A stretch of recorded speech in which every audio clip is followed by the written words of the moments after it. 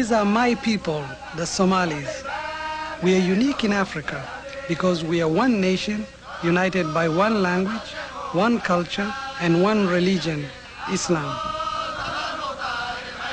We are known as the Irish of Africa because we have always been ready to fight the colonial powers who have divided our nation and denied us our wish for an independent Somali state.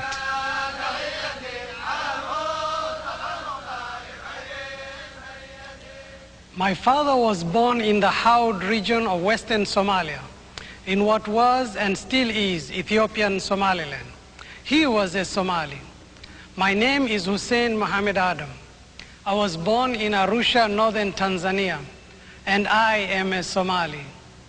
It is this deep personal belief in belonging to the Somali nation, handed down from father to son, which has driven our people to fight against impossible odds, to endure defeat, only to fight again and again and again.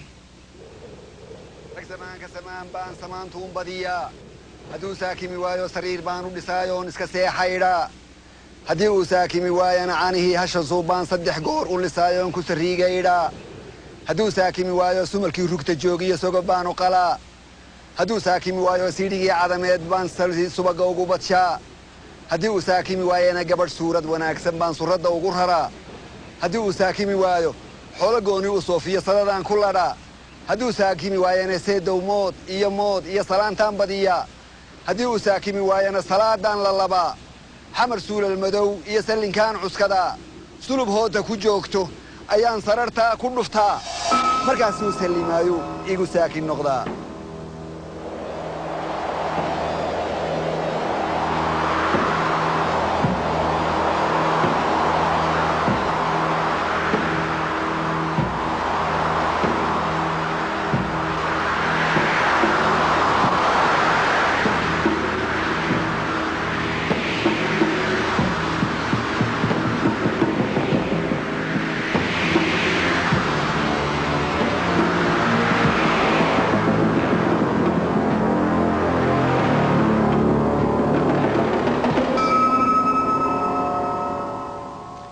In this film, I want to try to explain to you what's happening in my country, how we are trying to sort out problems created many years ago, how a nation of 5 million people is trying to take care of 1 million refugees who have nowhere else to go, and what's like for a small third world country to try to live with the superpowers, and also how we are trying to transform the Somali nation into a modern African state.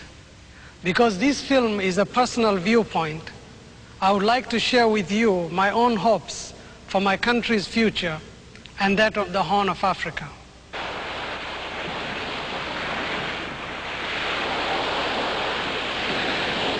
For centuries, our capital Mogadishu was a major trading port and a center for Islamic learning. But it has known domination by both the Italian and British empires. We have learned to live with their symbols of past triumph, but we have yet to find a way to live with the last empire in Africa, the Ethiopian. They were the only African rulers allowed to import guns from their European allies, who also gave them a free hand to extend the Ethiopian empire by conquest. My friend Abdul Majid Hussein was born and brought up in Ethiopian Somaliland. In these areas, what has happened was the setting up, as well as in the rest, of garrison towns, military garrisons, like the Roman colons of the former days, and whereby from time to time tribute collecting expeditions would be sent out. And in the Somali areas, this would mean the looting of cattle and camels and any other herds that they had. In the case of the other settled agriculturalists, this would be tribute collected in the form of grain, and in some areas, in fact, tribute collected in the form of slaves.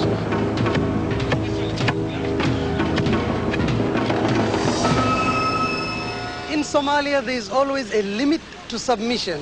In 1899, the Sayyid Mohammed Abdallah Hassan proclaimed a jihad, a holy war to regain our independence and reunite our dismembered nation. For 20 years, his army of dervishes, masters of guerrilla warfare, fought the armies of 3 empires, the British, the Italians, and the Ethiopians.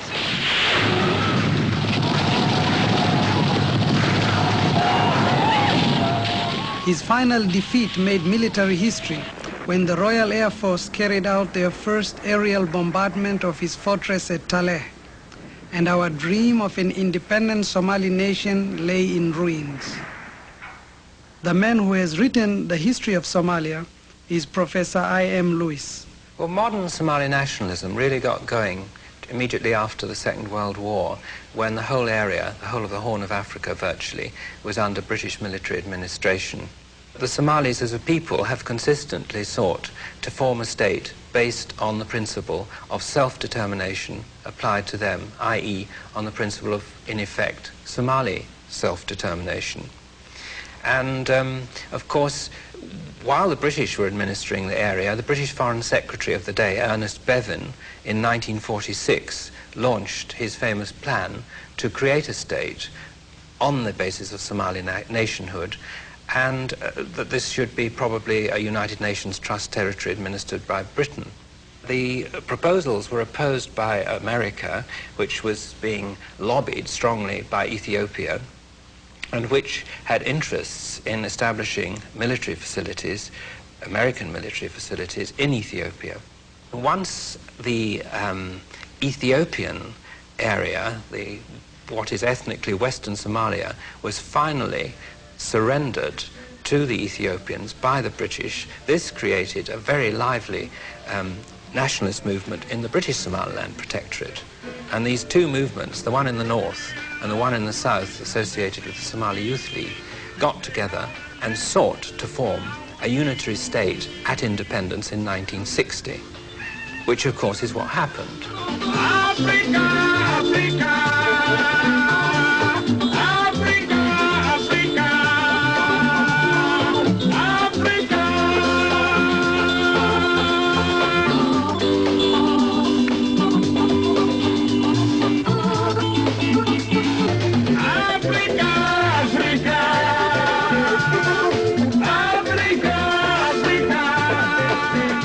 The Somali Republic celebrated its independence in July 1960.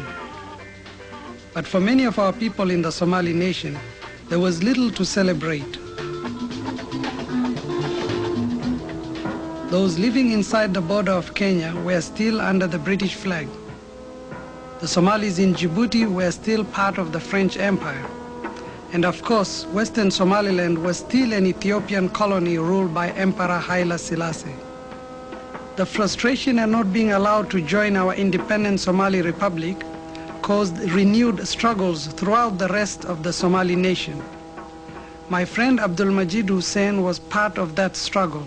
And that had its also counterparts with a lot of people that is Somalis in Ethiopian Somaliland or Western Somaliland, also wanting at least some form of autonomy, or if not, also wanting to join the Somali Republic. This was put down by force, and many Somalis, for the first time in large numbers, moved or went into exile into the Somali Republic. Our brothers from Ethiopian Somaliland were warmly welcomed into our new republic. Many were highly qualified people who had been prevented from working in their chosen profession simply because they were Somali. Almost as soon as they arrived, the exiles began to put pressure on the Somali government to help them liberate their homeland. People don't simply just rise up and say we are going to secede from these people for nothing. They would do so if they don't have equality, if they are oppressed, if they are continuously faced with injustice. I take the example on a very simpler level, let's say between a man and a woman, a husband and wife relationship. If the wife, as happens, is the case in most countries around the world, gets, the bad side of that relationship, she's beaten in some cases, and she's oppressed in one way or another. And in this case, some of our African brothers and others who have the same views around the world would say is is tantamount to telling the wives who are, let's say, beaten up by, their husbands, that they should tolerate this, that family union should stay at all costs, and that they shouldn't have the right to divorce. The headquarters for the Western Somalia Liberation Front was established in Mogadishu, and the guerrilla war, which had been started by the Said Mohammed Abdallah Hassan nearly 100 years ago, continued with increasing success. But it nearly resulted in the destruction of our new republic, for Emperor Haile Selassie saw this renewed conflict as a golden opportunity to extend his empire over all the Horn of Africa. Haile Selassie decided to strike at the new republic, to cut off their support to the freedom fighters, and to convince the world that this was merely a border war between two independent states and not a fight for independence by the people of Western Somaliland against the last empire in the Horn. In exchange for a military base in Eritrea, Ethiopia was able to receive 60% of all American military aid to Africa, plus United States advisors to train the Imperial Army and Air Force. The war along our borders in 1964 was short but brutal.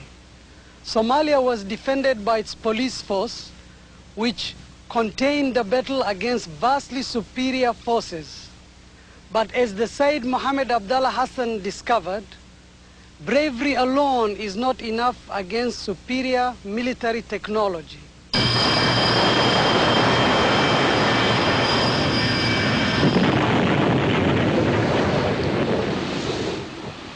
The then pro-West civilian government of Somalia, did it try to obtain arms from the West? Yes, it did, and it was offered a military aid package. But, of course, it was offered this in a situation which wasn't very favorable, because it was offered a much bigger Russian package. And since the civilian government, the civilian Somali government, was aware, all too aware, that the Western powers were in general supporting Ethiopia and also opposing Somali nationalist interests and aspirations in northern Kenya, the much larger Russian package was a much more attractive offer, which they accepted. This is Berbera, one of the main reasons why the Soviet Union was happy to supply us with economic and military aid. It gave them access to the Red Sea and the Indian Ocean, and most importantly, to what is considered the most strategic supply route for the West.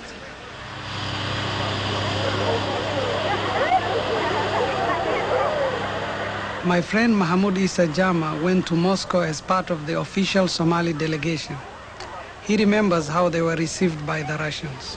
They provided all the things that the Somali government at that period needed. In other words, training and all the necessary vehicles they wanted for the army. Was it easier to negotiate with them? Most of us were educated in the West, you see, and it was completely new to us to negotiate with the Russians. The Russian attitude is an aggressive attitude, you see. It's a sort of, you must accept. And this is an attitude that we never get used to it. When it comes to question of negotiating, say, a trade or a commercial agreement, they don't give any concessionary thing whatsoever, not one iota. I mean, we were buying, for instance, petroleum from them, and we always had to buy from them not on concessionary terms, but on the prevailing international prices. At the same time, once they see that the country is not in a position to pay, they were always more than willing to reschedule those debts and postpone the payment of these things. Up to the present time, some of the loans and credits which we contracted from the Soviet Union way back in 1960 and 61, we have not yet effected their repayment period. By the 70s, Somalia was recognized as having one of the best armies in Africa. Across the border, Emperor Haile Selassie had been overthrown, and the new Ethiopian military regime led by Colonel Mengistu was fighting desperately to keep the old empire intact. They were at war with the Tigrayans, the Oromos, the Eritreans, and with our brothers in the Western Somalia Liberation Front, who by now had won control over much of their homeland. Many of the senior officers and soldiers in our army were in fact from Western Somaliland, and they were eager to resume battle against the last empire in Africa. By September of 1977, they had combined forces with the Western Somalia Liberation Front, and at first the old dream of liberating what many consider to be the heartland of the Somali nation looked like coming true. But the Soviets who had trained our army had their own strategic plans for replacing the Americans in Ethiopia. They began by airlifting $2 billion of military aid to the new regime, then gave up all pretense of neutrality, and with 15,000 Cuban troops, masterminded the Ethiopian counteroffensive against the Somali forces, who never stood a chance. That Soviet switch created a new army for Somalia. Well over 1 million men, women and children, who having barely survived the terrors of a modern war with its tanks and jet planes, came to us in the Somali Democratic Republic for shelter, relying on the nomadic traditions of hospitality.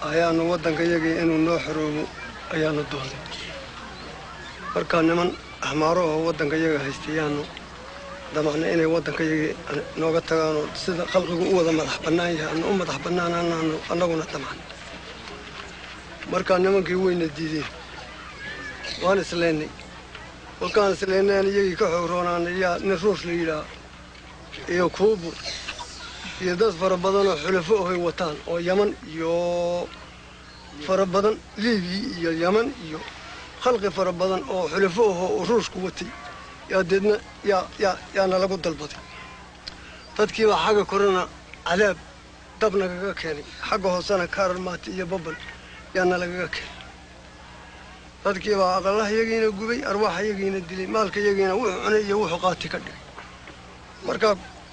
markaa kolkii aanu saa u dhimanay baa deed yaan deed soo carray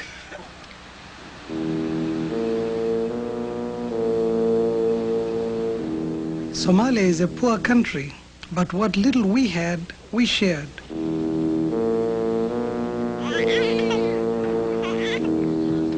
By 1980, 1 person in 4 in our country was a refugee. We didn't have anything like the resources or the trained people needed to cope with such a tidal wave of human misery. Waxa kale inoo haray waxa weeye polio markaasi talaalka weydikii sameeyay hadii isleeyahay markii aad talaaleyseen. Hussein Samatar worked in Britain for many years, training nurses for their national health service. Ayaynu talaalayna saddex dhibcood baa afka loogu jubaa markaasi imise wareeg. He returned to Somalia to help launch our new health program. But so desperate was the situation that he was sent to work in the refugee camps.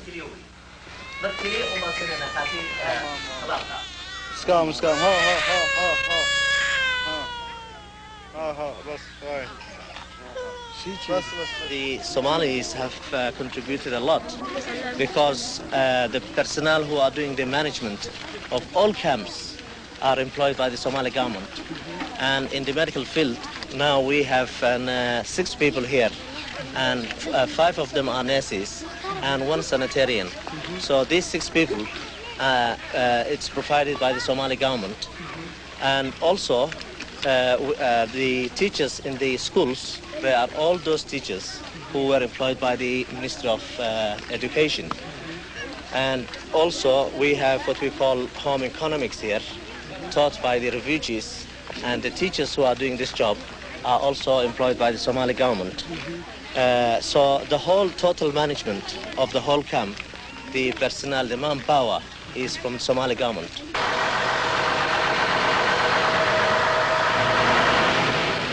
The refugees in our country survive mainly on the generosity of the world aid agencies. Somalia is making its contribution by taking over the administration.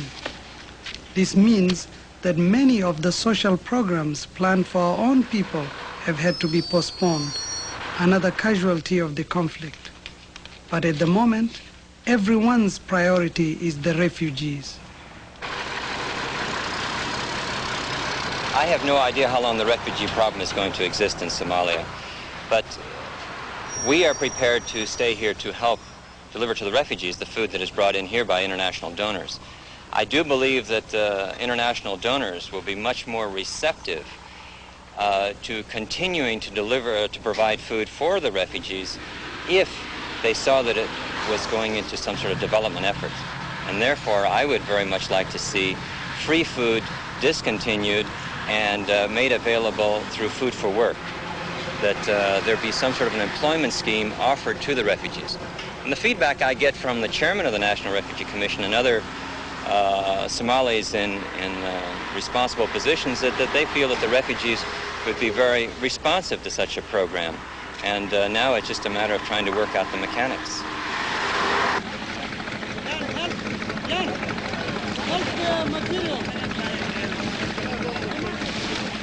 We in Somalia actually have some experience in trying to resettle nomads.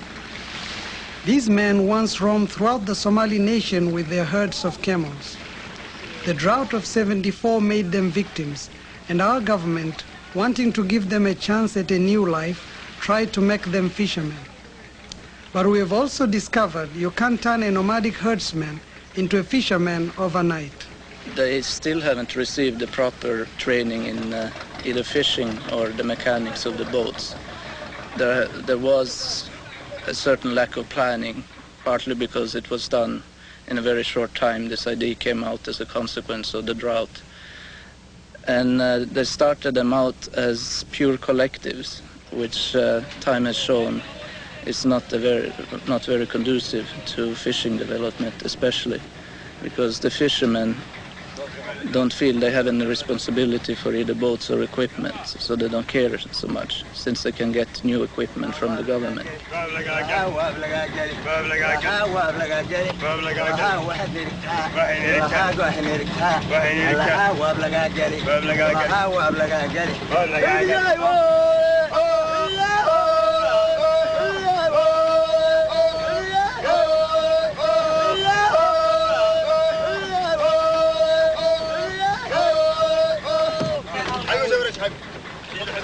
Somalia is blessed with one of the longest coastlines in Africa, and the waters of the Indian Ocean and Red Sea could provide many of our people with a new independent way of life.